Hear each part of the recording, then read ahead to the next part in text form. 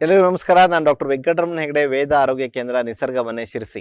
ಕೆಲವರು ಕೇಳ್ತಾ ಇದ್ರು, ಈ ಒಂದು ವಯಸ್ಸಾದವರಲ್ಲಿ 40-45 ವರ್ಷ ಮೇಲ್ಪಟ್ಟವರಲ್ಲಿ ಮೂತ್ರ ಮಾಡೋಕೆ ತೊಂದರೆ ಆಗತ್ತೆ, ಅದಕ್ಕೆ ಏನ್ ಮಾಡೋದು ಅಂತ ಹೇಳಿ. ಇವತ್ತು ಪ್ರೋಸ್ಟೇಟ್ ಎನ್ಲಾರ್ಜ್ಮೆಂಟ್ ತೊಂದರೆಯಿಂದಾಗಿ ಮೂತ್ರ ಮಾಡುವಾಗ ಸಮಸ್ಯೆ ಉಂಟಾಗತ್ತೆ.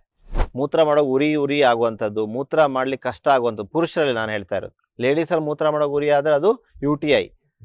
ಆಮೇಲೆ ಮೂತ್ರ ಬಿಟ್ಟು ಬರುವಂಥದ್ದು, ಹನಿಯಾಗಿ ಬರುವಂಥದ್ದು, ರಾತ್ರಿ ಮಲಗಿದಾಗ 4-5 ಸಲ ಎಚ್ಚರ ಆಗಬೇಕು, ಪ್ರಾಸ್ಟೇಟ್.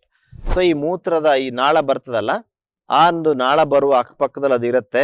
ಅದು ಎನ್ಲಾರ್ಜ್ ಆದ್ರೆ ಮೂತ್ರನಾಳದ ಮೇಲೆ ಅದು ಒತ್ತಡವನ್ನ ಕೊಡುತ್ತೆ.